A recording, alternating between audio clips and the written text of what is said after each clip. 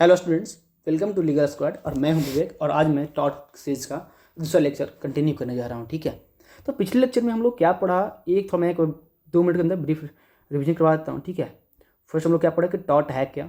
Chapter first बता रहे थे कि उसका डेफिनेशन क्या है, मीनिंग क्या है, टॉटियस लायबिलिटी एराइज कैसे होता है, उसका डेफिनेशन क्या है। तो भाई टॉट जो है ना, टॉटियम वर्ड से आया है या फिर टॉटम से आया है। टॉटम जो है एक लैटिन वर्ड है और टॉट फ्रेंच वर्ड है। ठीक है, जिसका मतलब है to twist means any legal injury, किसी पर्सन को लीगल इंजरी होना। ठीक है, और जो रॉन्ग डूअर होता है, क्राइम करने वाला मीन्स रॉन्ग डूअर, रॉन्ग करने वाला, उसे डिफरेंट करते हैं। और जिसका इंग्लिश में होता है उसे हम लोग प्लेंटिव कहते हैं। The person who sued is called as plaintiff. ठीक है, the person who sued is called as defendant.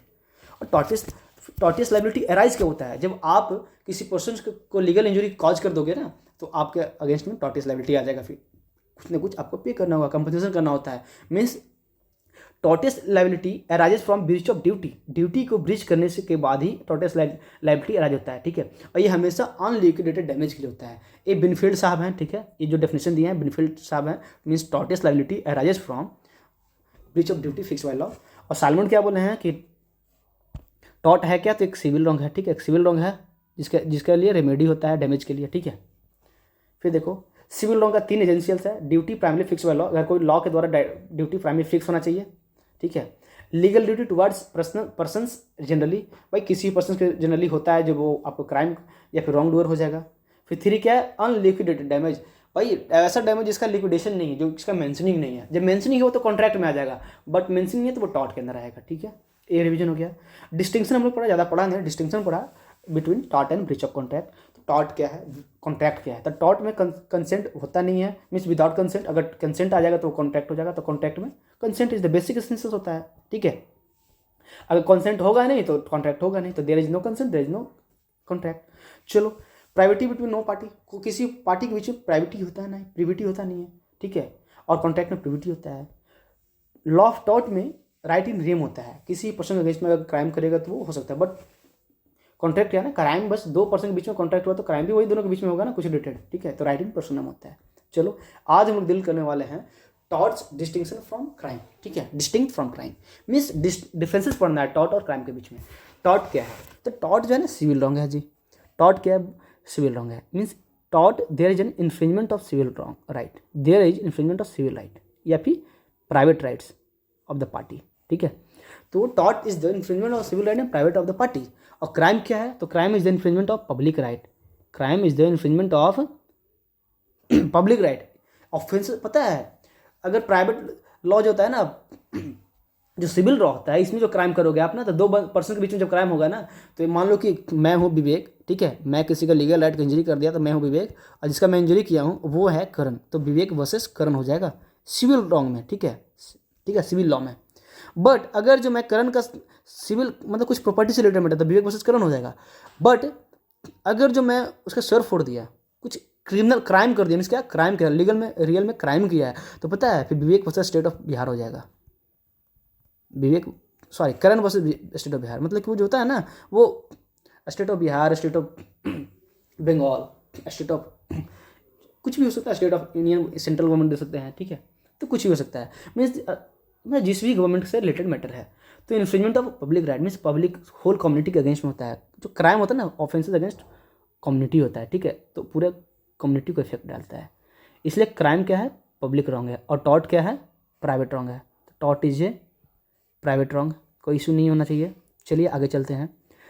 In torts wrongdoer should pay compensation, जो रॉन्ग डूअर होता है ना उसे कंपनसेशन पे करना होता है। ठीक है, wrongdoer for tortfeasor should pay compensation to the plaintiff, plaintiff को कंपनसेशन देना होता है। और in crime criminal is punished by state, criminal को स्टेट पनिश करता है, जो गवर्नमेंट होता है पनिश करता है। और पनिशमेंट में क्या मिलता है भाई, तो डेथ मिल सकता है, इम्प्रिजनमेंट मिल सकता है, फाइन मिल सकता है, या फिर कुछ भी मिल सकता है। वो कोर्ट डिसाइड, स्टेट डिसाइड कर सकता है। ठीक है, जो भी फिक्स किया गया हो। तो फर्स्ट डिस्टिंक्शन क्या है, तो टॉट जो है प्राइवेट राइट्स है, सिविल राइट्स है। और क्राइम क्या है, पब्लिक रॉन्ग है, ऑफेंसेस अगेंस्ट कम्युनिटी होता है, स्टेट होता है। ठीक है, और 2 क्या है, तो रॉन्ग डूअर को कंपनसेशन देना होता है। टॉट्स में अगर कोई रॉन्ग डूअर है, ठीक है, तो उसे कंपनसेशन पे करना पड़ेगा, और क्रिमिनल को पनिशमेंट मिलेगा। ठीक है, देखो इन टॉट में कौन होता है, तो अफेक्टेड पार्टी हमेशा सू करता है, अफेक्टेड या फिर इंजर्ड पार्टी सू करता है। ठीक है, मान लो कि मेरा और बीच में टॉट हुआ है, मेरे या ए पर्सन और डी पर्सन के बीच में टॉट हुआ है, ठीक है। तो टॉट या मीन्स ट्रेसपास किया है, ए ने डी के लाइन में ट्रेसपास किया है, तो इसे सू कौन करेगा, डी करेगा। बट क्राइम में क्या होता है ना, अगर ए ने या फिर ई पर्सन ने जी को या फिर चाकू मार दिया, ठीक है, तो ये क्राइम हो गया, ये क्राइम हो गया। तो इसमें पता है जी भी सू कर सकता है और जी का कुछ रिलेटिव्स भी कर सकता है, नियर वन भी कर सकता है, ठीक है, या फिर स्टेट भी कर सकता है। तो जनरली जो क्राइम होता है ना, क्राइम वो स्टेट होता है। The state is under duty to institute criminal proceeding against the accused, ठीक है। स्टेट का ड्यूटी होता है हमेशा क्रिमिनल प्रोसीडिंग इंस्टीट्यूट करने के लिए, ठीक है। चलो जी, 4 पॉइंट क्या है, तो right to sue to be should survive to successor, ठीक है, ठीक ना। मतलब राइट टू सू करने का ना मतलब कि सक्सेसर को भी मिलता है, ठीक है। और legal action dies with the person in crime, अगर जिस पर्सन ने क्राइम किया है उस पर्सन के साथ वो क्राइम में मर जाता है। मान लो कि कोई पर्सन है मैक्स, ठीक है, मैक्स एक पर्सन है, ठीक है। मैक्स ने क्या किया, मैक्स ने जेब को चाकू मार दिया, ठीक है। मैक्स ने जेब को स्टैब कर दिया, ठीक है, स्टैपिंग किया, चलो कोई इशू नहीं है। बताओ क्राइम कौन किया, मैक्स किया, ठीक है। तो मैक्स भाई एक ट्रायल चल रहा था, मैक्स डेथ कर गया, मैक्स का मृत्यु हो गया। तो बताओ क्या मैक्स का जो बच्चा है, जो सर्वाइवर है, क्या वो अब केस उसके ऊपर चलेगा, नहीं, इस पर चलेगा नहीं। तो लीगल एक्शन डाइज, देखो legal action dies with the person in crime, person के साथ लीगल एक्शन भी मर जाता है, खत्म हो जाता है, ठीक है। Legal action dies with the person in crime, ठीक है। But right to sue to be survivors to the successor, ये जो होता है ना, ये सिविल राइट होता है। मान लो कि मेरे साथ मान लो कि कोई प्रॉपर्टी का राइट डिस्प्यूट चल रहा है, मैं डेथ कर गया हूँ, तो मेरा जो सक्सेसर है ना फिर वो लीड करेगा।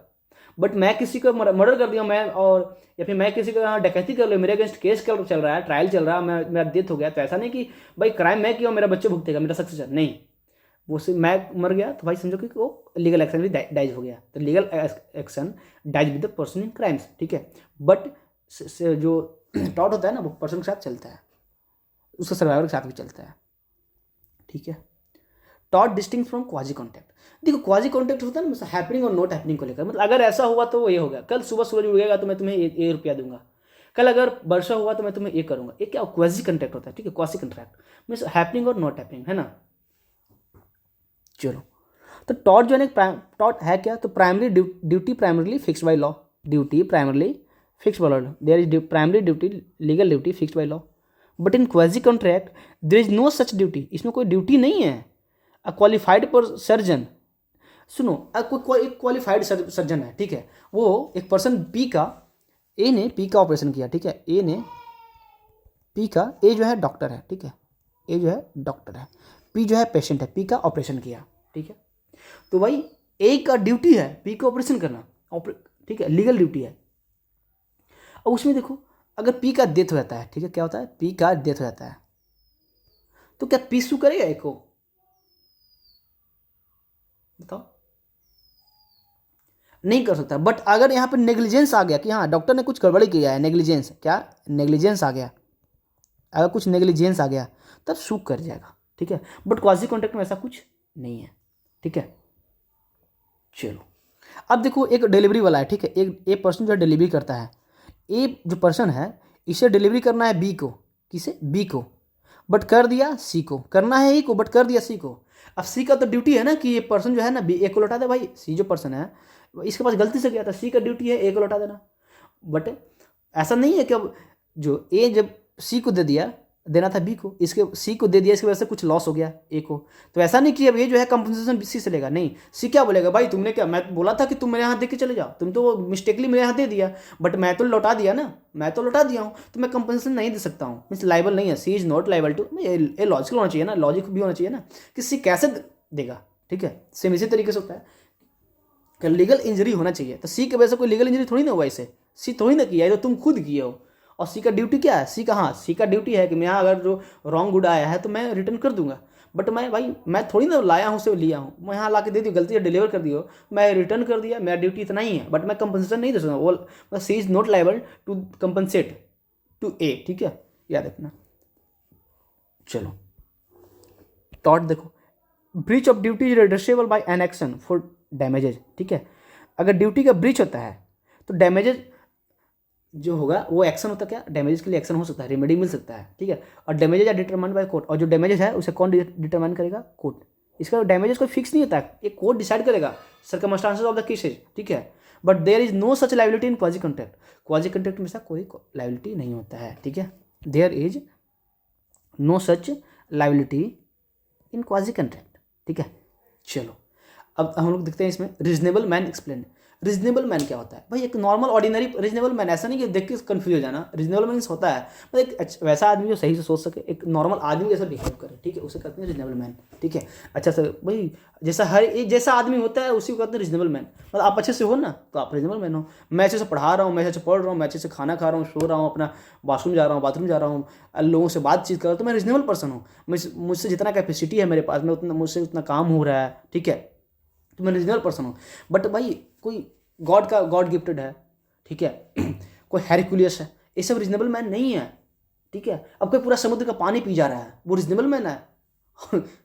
कोई एक रीजनेबल मैन से मतलब कि how could it possible to for a reasonable man to drink whole water of ocean, है ना, ओशियन का पूरा वाटर पीने में सक्षम है कोई रीजनेबल मैन? अब कोई पर्सन पी जा रहा है तो वो रीजनेबल मैन नहीं होगा।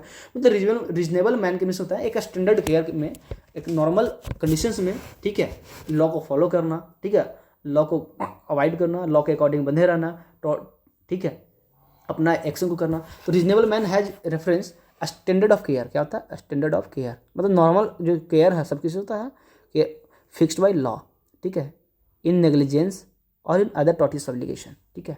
भाई एक नॉर्मल क्राइम करना, अब कोई क्राइम हो जा रहा है एक नॉर्मल पर्सन से, तो वो सब रीजनेबल मैन है। Reasonable man is a person who exhibits reasonable conduct.